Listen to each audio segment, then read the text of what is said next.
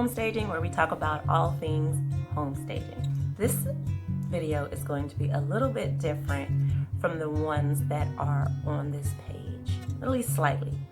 What we're gonna do is create a series of episodes for you so that you can get started on becoming a homestager, or just find out what you need to know to decide if you want to become a homestager.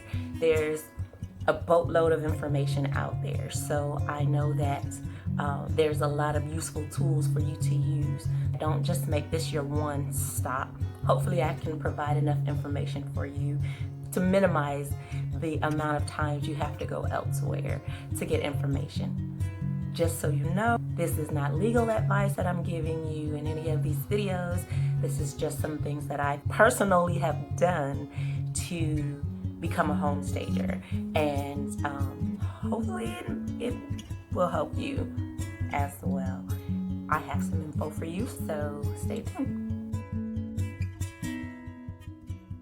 Okay guys, so the first thing that you want to do when it comes to considering starting a homestaging business is really finding out if homestaging is what you actually want to do.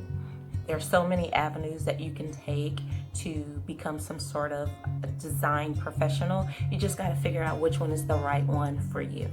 Homestaging is definitely the right thing for me, and here are some reasons why I determined it was right for me. One thing that I recognized was that interior design, interior decor, and homestaging all had similar elements to it, being that they all were about functionality of the space, maximizing the space, making it appealing, placement of furniture, to just kind of fool with furniture and create something from an empty canvas and have something of a masterpiece. So that's something that they had in common. The thing that was different was the schooling and the audience that I had to cater to. And for me, I went to interior design school, but I didn't study interior design. I went for computer-aided drafting and design. I've always known I wanted to do something creative with design, but specializing in an individual's taste was not for me. I didn't want someone feeling some kind of way or crying because I used floral when they preferred stripes, or they were upset because the blue was not the blue they had in mind. It didn't look like the paint can, and that just was not for me. I didn't want to cater to those kind of specific needs. I did want to do something in general, and that was to create for what appeals to the general public's eye. And so that for me is kind of something that was like, homestaging is the place where I can actually do that. So that's one of the ways you can kind of tell if homestaging is right for you or not. Another way that I was able to differentiate if I wanted to become a homestager, considering the industry that I wanted to really do business with. In the long run, did I see myself at conferences with a bunch of other creative minds for quirky colors and eccentric designs? And not all interior designs or decorators are like outrageous and out there, but you know, everyone has their specific style, and I just kind of wanted to hone in on the skill that was more so my taste, my desire. And I found that in homestaging, I would more so feel comfortable relating to real estate professionals than I would for individuals that wanted their home or their space or their offices or their hotels or whichever the case is to look eccentric. Don't get me wrong, I will be designing a hotel one day, but when that time comes, it will definitely still be more of a neutral type vibe, but yet appealing to the masses. That's what hotels are supposed to do, right? So that is what I saw for myself in the long run that helped me decide. Another thing that was helpful for me to decide if I wanted to do homestaging was, where did I want to pick up in my life? I am a military spouse. My husband recently retired after 21 years. I was a military brat before that, so all I knew was military life, picking up and going, and I had to establish myself from where I was in life.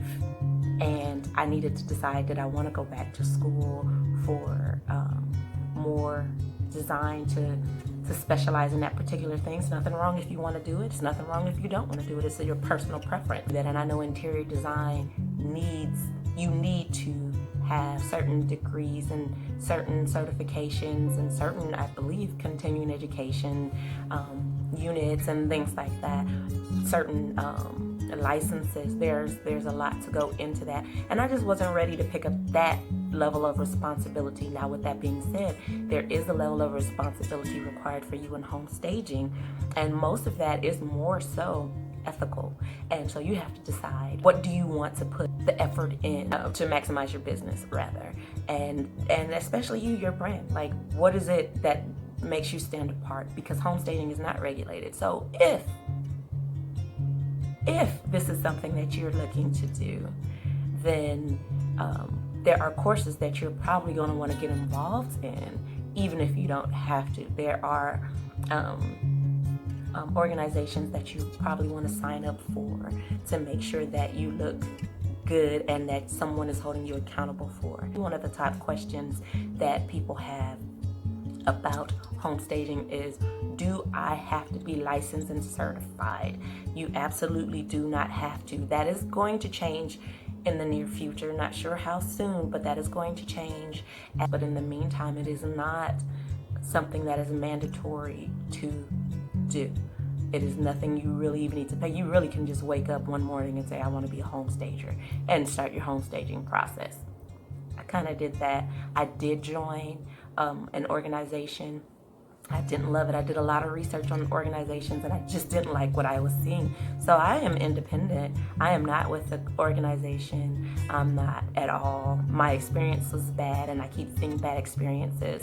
And so until I'm comfortable enough to decide to be a part of that particular unit of sorts, that's just not something I'm willing to invest in. And I am understanding the risks that are involved, and the credibility that that takes away from me as an individual. But I also know my capabilities and what I'm able to do, and the sacrifice that I am willing to make to just be able to keep my home staging company, keep the integrity of my company, keep doing what I want to do professionally as a small business owner. But I am, of course, legal within my state, and I am definitely compliant with everything, and I get continuing education from various sources. So there's a lot of information out there, but I do commend those of you all who are working to make your organizations better, to improve on the organizations that are out there, and those who are going independent as well. So kudos to you. But no, you do not need a certification, but I do recommend it. I do recommend you get with a team. I just recommend that you take a lot of the necessary steps to get involved in the home staging community as possible. So that is, but that again, me not being a part of that, that's just specific to me. It's what it is.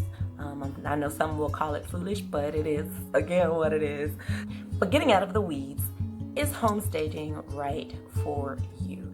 If you can see yourself, just lay back and close your eyes, not if you're driving or anything, but if you can see yourself at the current state of your life doing this for free, if money wasn't an issue, if you can see every day getting up, getting the phone calls, getting the emails, getting the job opportunities to go out and create and design. And this is just something that you, like I said, would practically do for free, or will do for free, have done for free, are doing for free. This might be the thing for you. If it's something else, then that's more than likely the thing for you. If you know that you can create a design and you have an eye for making people's lives look simpler to them, if you have an eye for creating a fantasy, if you have an eye for simplicity but beauty in the same token, then this is probably for you.